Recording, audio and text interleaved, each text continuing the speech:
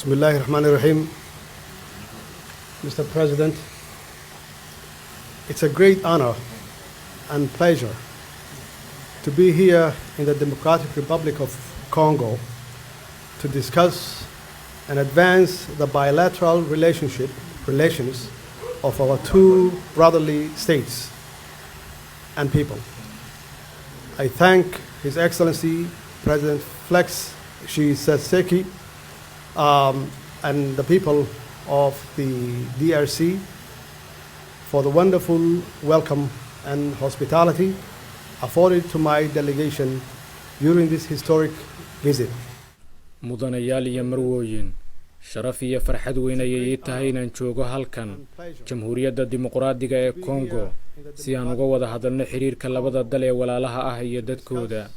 waxaan uga mahad celinayaa mudane Madaxweyne Felix Tshisekedi iyo dadka reer Koongo soo dhaweynta diiran ee heerkoodu sareeya ee loo sameeyay wafdigayga intii aan ku guda jirnay booqashadan taariikhiga ah. waxaan rabaa inaan qiro labada door ee sida kartida leh u ciyaarayso mudane Madaxweyne. midda koowaad ahaanshaha walaalkayga qaaliga ah ee mirtigeliyay ahna hogaamiyaha qarankan weyn ee Afrika, iyo midda labaad waajibkaaga qaaradda ee gudoomiyaha midowga Afrika. I can assure you of Somalia's unwavering support of your ambitious policy priorities in both roles.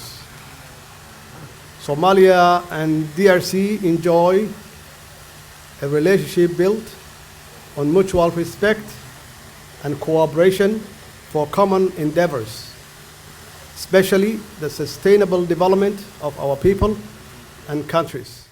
waxaan ku xaqiijinayaa in Soomaaliya diyaar kula tahay taageero hagar la'aan ah oo la xiriirta hortabinadaada siyaasadeed ee labada kaalin ee aad ciyaarayso.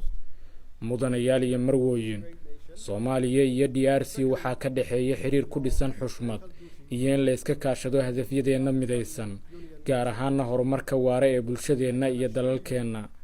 dhinacyo badan labadeena qaran waxa ay sidoo kale leeyihiin taariikh adag oo xanuun badan oo ku suntan caqabado amni, siyaasadeed iyo dhaqaale oo aan dagaal ugu jirno sidii aan uga soo kaban lahayn, iyadoo ay naga go'an tahay jiraanna dhabar adayg iyo siyaasad ay bulshadeenu udub dhexaad u tahay. waxaan kugu hambalyeenayaa mudane Madaxweyne Felix Tshisekedi aragtidaada horumarinta nolosha dadkaaga iyadoo loo marayo guulaha laga gaaray siyaasadda iyo dawlad wanaagga ee xoojisay dadkaaga tan iyo markii aad xafiis ka timid, iyadoo si taariikhi ah oo nabad ah awoodda loogu kala wareegay DRC markii madaxweyne lagu doortay. way caddahay in dalku uu tallaabooyin muhiim ah u qaaday dhinaca dimuqraadiyeynta iyo hayaanka siyaasadda loo dhan yahay. In Somalia, like the brotherly DRC, we are also making clear and measurable progress on all fronts. Somalia is no longer the bad story coming out of African continent. We are a beacon of hope building on a track record of strong economic, social and political reforms. Soomaaliya sida walaalaheen DRC waxaan dhinac walba ka sameynay horumar la taaban karo. Soomaaliya maanta ma aha warkii xumaa ee ka soo bixi jiray qaaradda Afrika. waxaan nahay ilays rajo oo haya dhabaha ay ku dhismayaan dhaqaale, bulsho iyo isbedel siyaasadeed oo xoogan sida walaalahooda DRC. dadka Soomaaliyeed waxay doonayaan inay tiir dhexaad u noqdaan horumarka dalkooda oo ay si xor iyo xalaal ah u soo doortaan wakiiladooda. arrinta ku saabsan dadaalada Soomaaliya ee qabashada doorashooyin nabad ah loo dhan yahay kuna dhacda waqtigeeda, dawladdeedu waxa ay soo dhaweynaysaa kaalinta midowga Afrika ee fududeynta habraaca ay leeyihiin oo hormuudka ka yihiin Soomaalida, taasi oo horseedi doonta wada hadal u dhaxeeya dhammaan basaamilayda Soomaaliyeed. waxaan dareensanahay habraaca noocaasi inuu gacan ka geysan doono dib u soo celinta kalsoonida iyo xalinta qodobada la isku hayo ee doorashooyinka iyo arrimaha la xiriira dawladnimada. waxaan sidoo kale ku kalsoonahay joogitaanka midowga Afrika iyo doorkooda fududeyntu inuu gacan ka geysan doono is-aaminaadu inay dib u soo noqoto.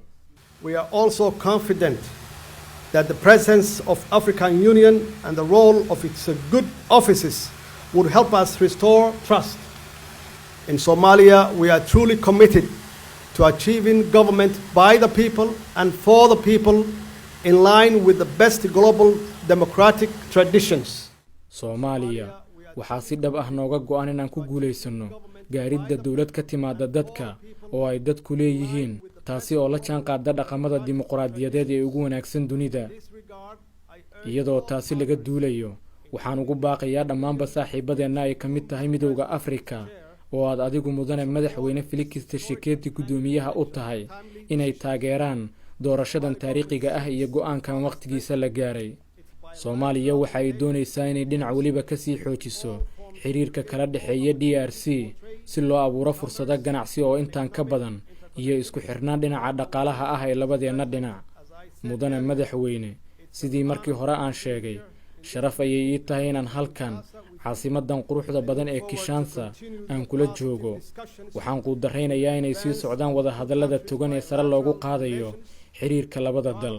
waxaa intaasi dheer, waxaa naga go'an inaan si dhow kula shaqeyno si loo gaaro ajendaha Midowga Afrika ee hortabinnada 2063 si looga miro dhaliyo xasiloonida, horumarka iyo barwaaqada dadka qaaradeena quruxda badan.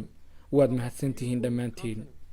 Furthermore, we are committed to working closely with you to realize the African Union Agenda 2063 priorities to achieve stability, progress, and prosperity for the people of our beautiful continent. I thank you, Mr. President.